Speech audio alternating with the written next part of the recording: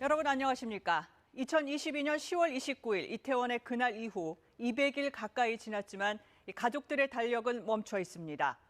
왜 유족들이 여전히 거리에 서 있는지 오늘 9시 뉴스에서 다시 들여다보려 합니다. 검찰은 아직 진상을 밝히기 위한 수사를 매듭짓지 못했습니다. 서울의 치안과 경비를 책임지는 김광호 서울경찰청장에 대해 결론을 못 냈기 때문입니다.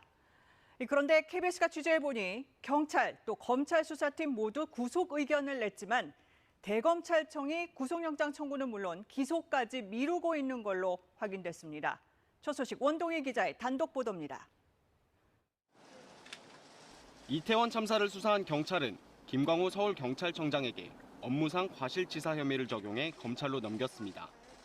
숨김과 보탬이 없이 성실히 조사에 임하겠습니다.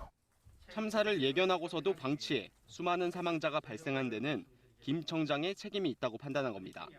업무상 과실치사상 혐의 등으로 서울경찰청장, 용산소방서장 등 17명을 불구속 송치하였습니다.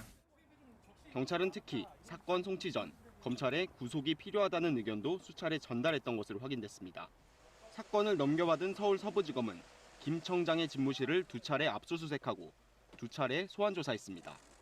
하지만 이임재 전 용산경찰서장 등을 지난 1월 바로 기소한 것과 달리 김 청장에 대한 결론은 넉 달 가까이 내리지 못했습니다.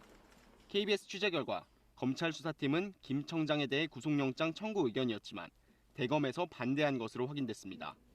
수사팀은 구속된 이임재 전 서장보다 김 청장에게 더 큰 권한과 책임이 있고 참사를 예견하고도 방치한 정황이 뚜렷해 구속이 필요하다고 봤지만 대검은 시간이 많이 지났고 신병 확보가 불필요하다며 반대했습니다. 수사팀은 이에 지난달 말쯤 김 청장을 불구속 기소하려고 했지만 대검은 내용을 보강하라며 이마저도 제동을 걸었습니다. KBS의 질의에 대검 관계자는 유례없는 참사여서 신중하게 판단하기 위해 협의한 것이라면서 해외 사례를 보면 청장급이 법적 책임을 진 일은 드물다고 밝혔습니다.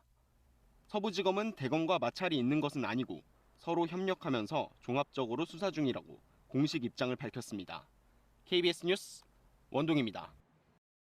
저는 우리나라 젊은이들이 잘하고 있다고 생각해요. 그러니까 이렇게 애들을 좀 안 낳아줘야, 그것도 1, 2년이 아니라 제가 생각해 한 5년에서 10년 정도 안 낳아줘야 저희 세대들이 정신을 차릴 겁니다.